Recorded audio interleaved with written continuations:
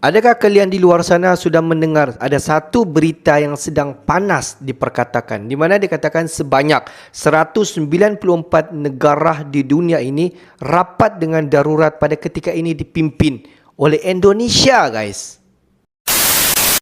Hello guys, bismillahirrahmanirrahim. Assalamualaikum warahmatullahi wabarakatuh. Allahumma salli ala Sayyidina Muhammad wa ala ali Sayyidina Muhammad. Guys, selamat datang Musa Channel. Ini adalah channel YouTube aku, Musa bin Muhammadirin Channel. Kepada subscriber, kepada viewer di luar sana yang baru saja masuk ke Musa Channel, jangan lupa guys, tolong berikan sokongan kalian kepada channel ini dengan menekan ataupun klik tombol subscribe, like dan komen di bahagian komentar di bawah. Dan kepada subscriber, kepada viewer di luar sana yang selama ini telah pun memberi sokongan kepada Musa Channel, aku mengucapkan ribuan terima kasih. Dan aku sentiasa mendoakan kepada semua kalian di luar sana dipermudahkan segala urusan, diberikan kesihatan yang baik, dihindarkan, dijauhkan daripada segala malapetaka dan juga dihindarkan daripada segala fitnah akhir zaman, guys. Amin amin ya rabbal alamin.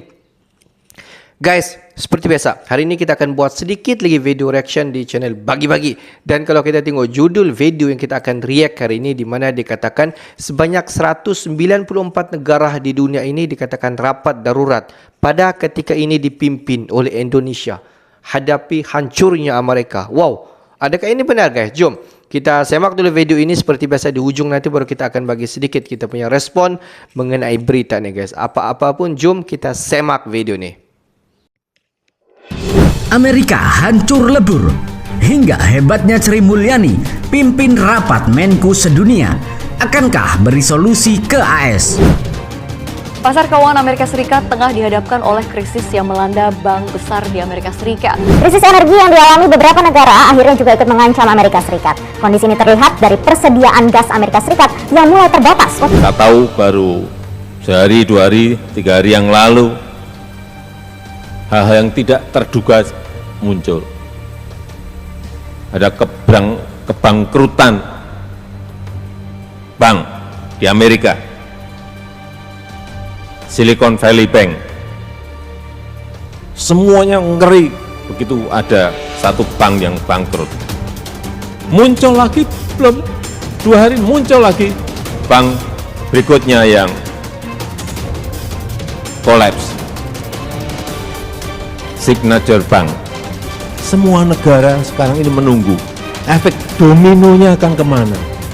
Oleh sebab itu kita hati-hati. Saya sudah mengingatkan kita semuanya berkali-kali, APBN itu uangnya, penerimaan APBN, pendapatan di APBN itu didapatkan dari pajak dari rakyat.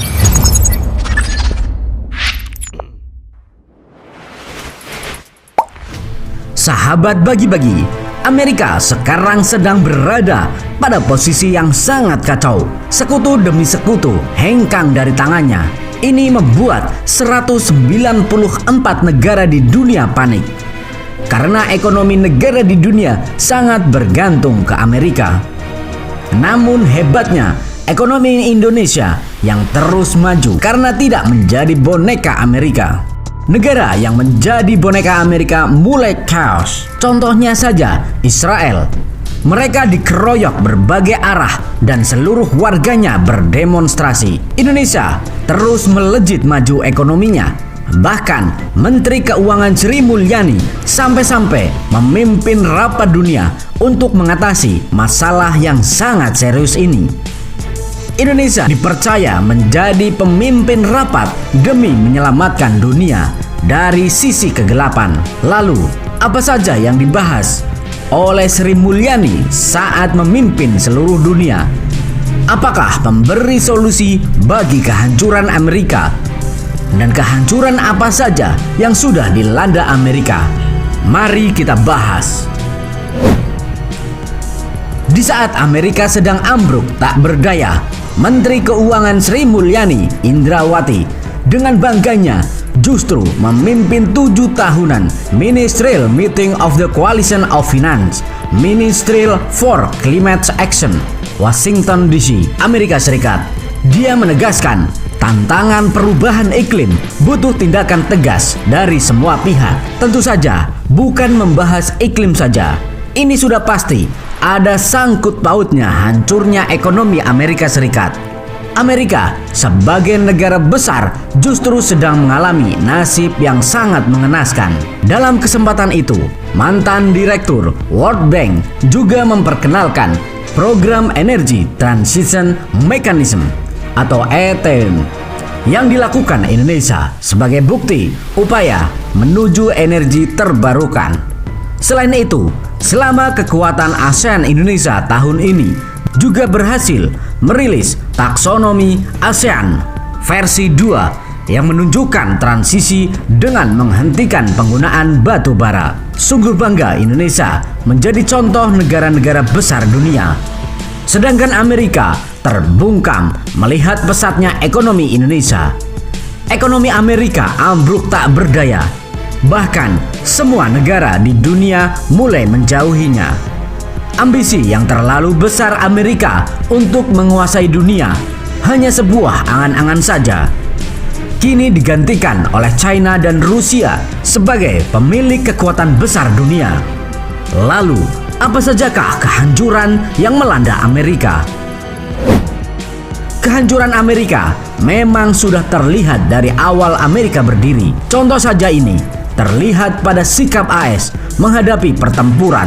Perlu dipahami, setelah 1945, perang di dunia tak hanya berada di lingkup satu negara, alias melintasi batas-batas politik negara.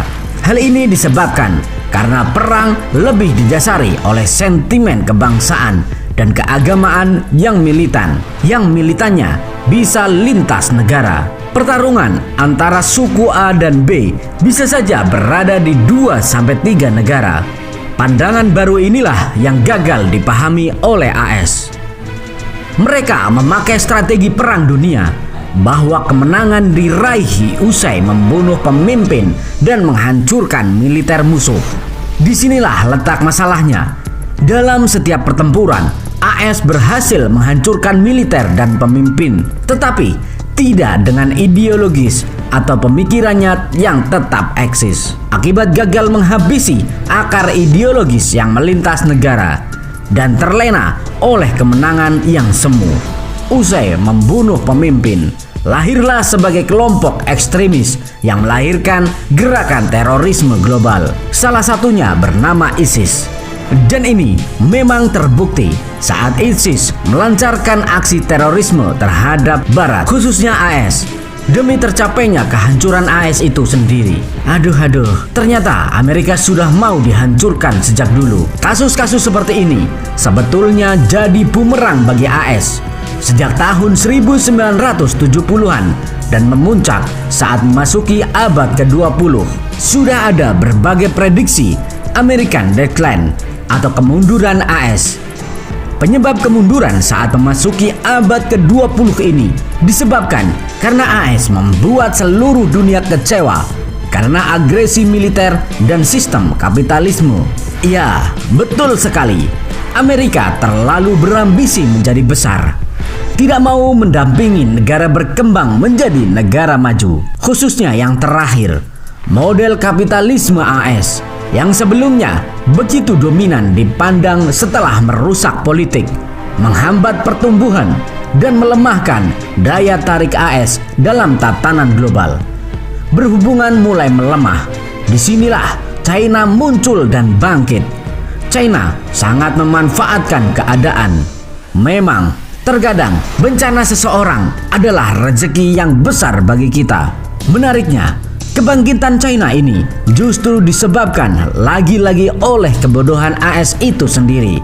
Saat AS fokus mengacak-ngacak Timur Tengah yang berujung kekalahan, China fokus berdagang dan meluaskan sayap pengaruh. Pada titik ini sebetulnya AS luput dan telat sadar kalau dirinya mengalami kemunduran. Amerika Serikat kini mulai dijauhi sejumlah negara. Ini terlihat dari mata uang, dedolarisasi, hingga tren pergaulan global. Dari sisi mata uang, upaya membuang dolar AS dilakukan sejumlah pihak. Di antaranya, negara-negara yang bergabung dalam BRICS, Brasil, Rusia, India, China, dan Afrika Selatan. Mungkin saja termasuk Indonesia yang akan segera mendepak dolar Amerika. Di segi pergaulan internasional, AS pun mulai dilupakan. Beberapa negara termasuk sekutu dekatnya, sebut saja Arab Saudi yang tiba-tiba membina hubungan kembali dengan Iran di bawah mediasi China. Belum lagi Prancis. Usai Presiden Emmanuel Macron menemui Presiden China Xi Jinping pekan lalu, Macron mengatakan ekonomi harus mengurangi ketergantungannya pada AS. Kehancuran Amerika memang sudah di depan mata. Indonesia harus segera bangkit dari keterpurukan. Indonesia harus bisa memanfaatkan kehancuran Amerika ini. Bagaimana menurut kalian? Yuk diskusikan di kolom komentar. Merdekalah kita seutuhnya.